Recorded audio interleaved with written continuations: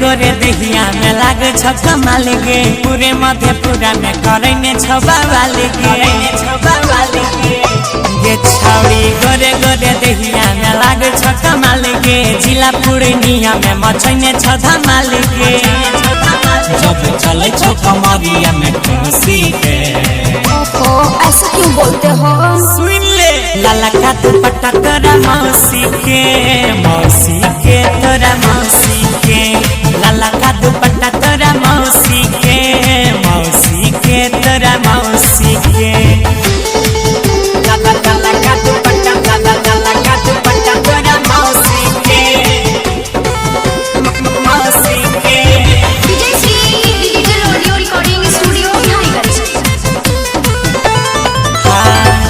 देखै छगे बुढ़ावा सब चासा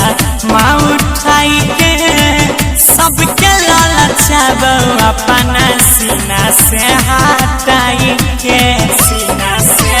सुन लेगे नानी देखै छगे बुढ़ावा करा चासा माँ हटाई के सबके लालचाब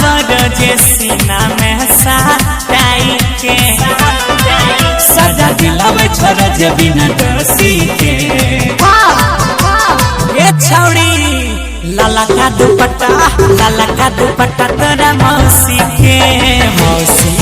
तोरा मौसी के लाला का दुपट्टा तोरा मौसी के तोरा मौसी के लाला का दुपट्टा तोरा मौसी के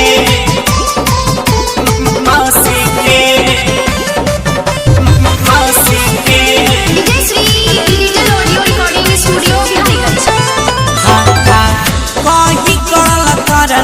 अपना देह पे कंट्रोल के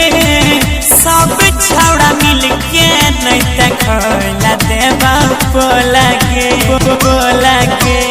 मौसी के अपना कही करल करत ओकरा देह पे कंट्रोल के सब छौड़ा नहीं तखला ओकरा बोल गे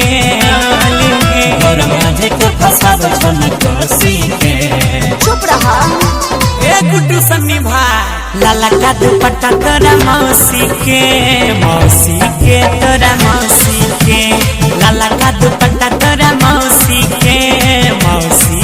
तोरा मौसी के चल हट छी छोरा कर रिकॉर्डिंग बा अजय स्टार बिहार।